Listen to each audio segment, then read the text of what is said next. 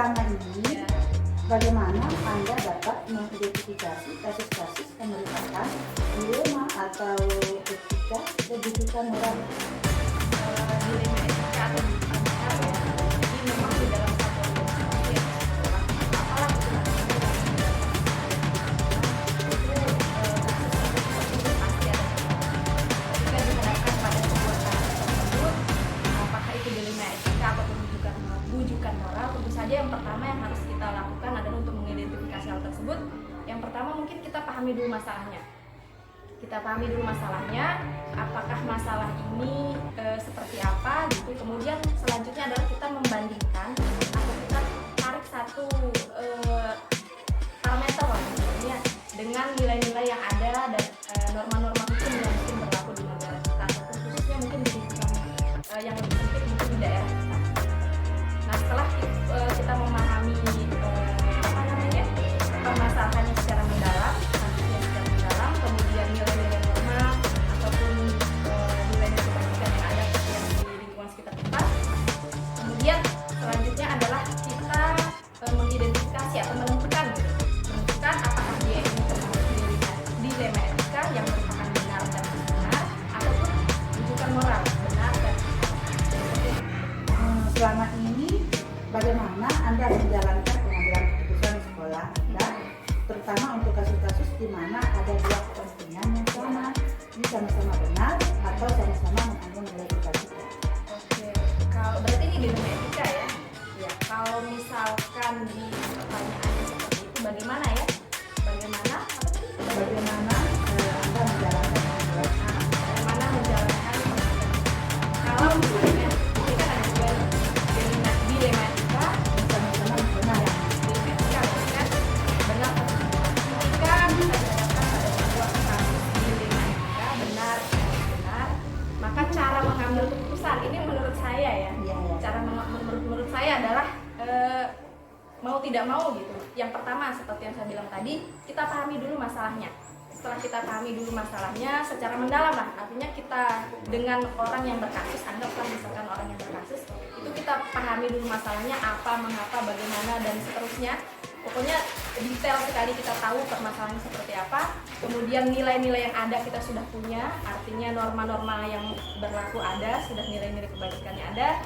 Kemudian selanjutnya adalah mungkin saya perlu berkomunikasi kali ya.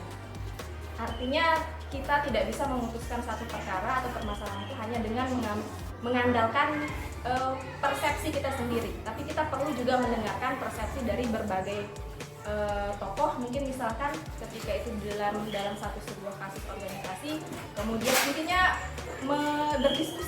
berdiskusi ataupun mengambil pelajaran dari yang lebih referensi yang lain, mungkin seperti itu. Baik.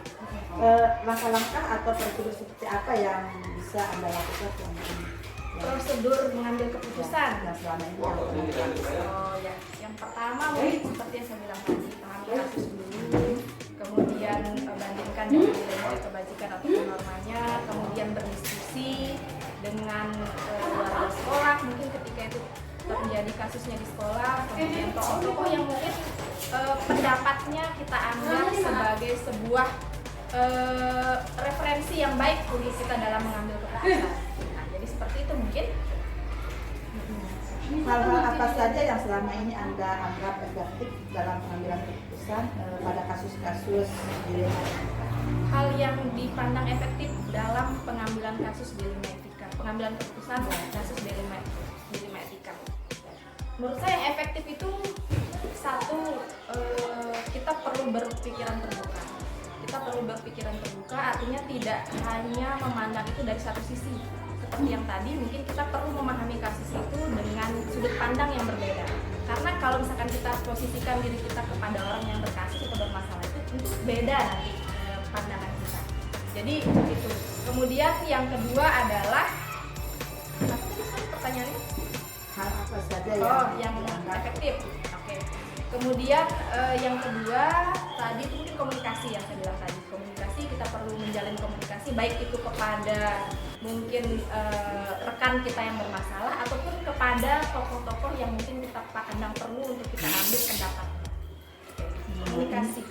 Ini kan tadi yang hal-hal objektif. Sekarang ini hal-hal apa saja yang selama ini merupakan tantangan dalam pengambilan keputusan? Tantangan ya, Ya, memang tantangan. ya benar. Memang kalau dalam kasus benar versus benar alias dilematika ini memang ketika sebuah keputusan itu diambil, maka seperti yang saya bilang tadi, kita punya persepsi ataupun pemikiran yang berbeda-beda. Maka ketika sebuah keputusan itu diambil, pasti ada yang mungkin kurang sreg kayak gitu, kurang sreg. Kemudian mungkin dalam hati tidak menerima keputusan kita, menganggap kita keputusan kita mungkin kurang tepat, pasti seperti itu. Kemudian mungkin ketika sebuah keputusan itu diambil, mungkin menjaga konsistensi ataupun penerapan bagaimana selanjutnya kebijakan-kebijakan yang muncul itu menjadi sebuah aturan kah mungkin ke depannya, mungkin itu konsistensi.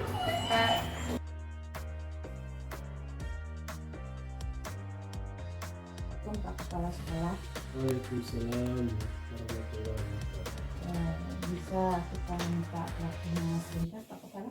Sangat-sangat bisa, silakan. Baik Pak Kepala, begini Pak Kepala, maksud kedatangan saya ke sini baik dengan tugas saya sebagai PDP.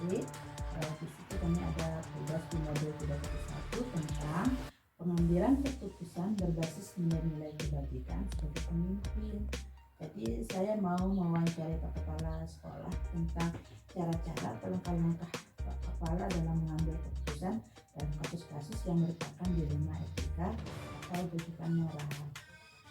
Kira-kira bisa kita langsung mulai nih Pak Kepala? Silakan. Selama ini bagaimana Bapak dapat mengidentifikasi kasus-kasus yang merupakan dilema etika atau rujukan moral?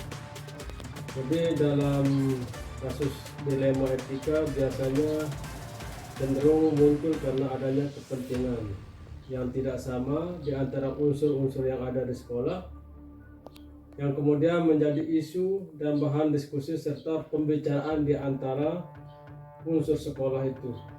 Kemudian hal tersebut menjadi bahan dan referensi untuk dibicarakan di tingkat sekolah atau disampaikan ke kepala sekolah.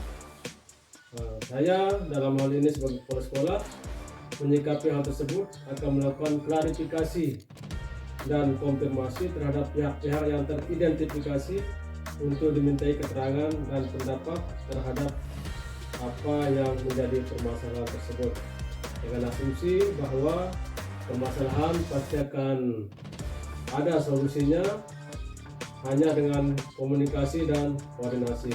Kemudian akan diputuskan dengan tentu tidak terlepas dari mempertimbangkan permasalahan itu. Kemudian kita bagaimana meminimalisir potensi negatif dari keputusan yang akan kita ambil dan memaksimalkan potensi positif dari keputusan tersebut. Selama ini bagaimana Anda menjalankan pengambilan keputusan di sekolah Anda, terutama untuk kasus-kasus di mana ada dua kepentingan yang sama-sama benar atau sama-sama mengambil nilai kebajikan? Baiklah, dari pengambilan keputusan terkait dengan hal tersebut saya lakukan dengan menggunakan pendekatan komunikasi dan koordinasi. Karena bagaimanapun pemimpin itu hanya menentukan dan mengambil keputusan, akan tetapi referensi dan indikator serta pertimbangan-pertimbangan dalam pengambil keputusan ada pada unsur di dalam organisasi, yaitu stakeholder internal jika berkenaan dengan hal-hal internal. Langkah-langkah atau prosedur seperti apa yang biasa Bapak lakukan selama ini?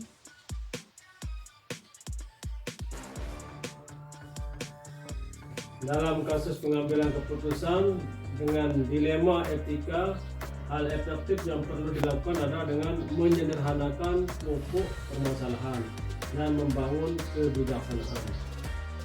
Hal-hal apa saja yang selama ini merupakan tantangan dalam pengambilan keputusan pada kasus-kasus dilema etika? Jadi tantangannya ada pada tataran menyesuaikan diri terhadap keputusan yang sudah diambil dan tidak mungkin bisa memuaskan kedua belah pihak, akan tetapi paling tidak meminimalisir kekecewaan karena proses pengambilan keputusan itu sudah dan dilakukan dengan melibatkan unsur-unsur yang relevan yang ada di sekolah tersebut. Apakah Anda memiliki sebuah kotak skala atau jadwal tertentu dalam sebuah penyelesaian kasus di Etika? Dan apakah Anda langsung menyelesaikan di tempat atau memiliki sebuah jadwal untuk menyelesaikannya tentu atau prosedur apa yang Anda lakukan? Jadi dalam hal jadwal itu dulu, tidak ada jadwal yang kami tentukan kecuali kalau masalah itu sangat segera membutuhkan penyelesaian yang secepatnya, maka kami pihak sekolah akan mengambil sikap untuk segera mengeksekusi permasalahan tersebut. Tetapi kalau ada jeda waktu, maka kami akan gunakan ya waktu itulah untuk menyelesaikan.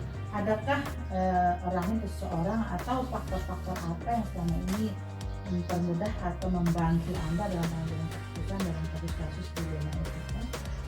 Nah, jadi seseorang atau faktor-faktor yang mempermudah dalam pengambilan keputusan sesungguhnya tidak ada yang khusus. Akan tetapi pelibatan unsur-unsur internal sekolah sering dilakukan untuk memperkaya referensi dan informasi. Dari semua hal yang telah disampaikan, pembelajaran apa yang dapat Anda petik dari pengalaman Anda mengambil keputusan di dunia etika? Jadi dalam pengambilan keputusan itu hanya dua hal yang bisa kami petik. Yang pertama, kita bisa memahami konteks permasalahan. Yang kedua, koordinasi dan komunikasi itu sangat penting adanya karena selain untuk menjaga harmonisasi lingkungan kerja, juga untuk memperbanyak referensi. Baik, terima kasih Pak Kepala atas waktu dan Terima kasih.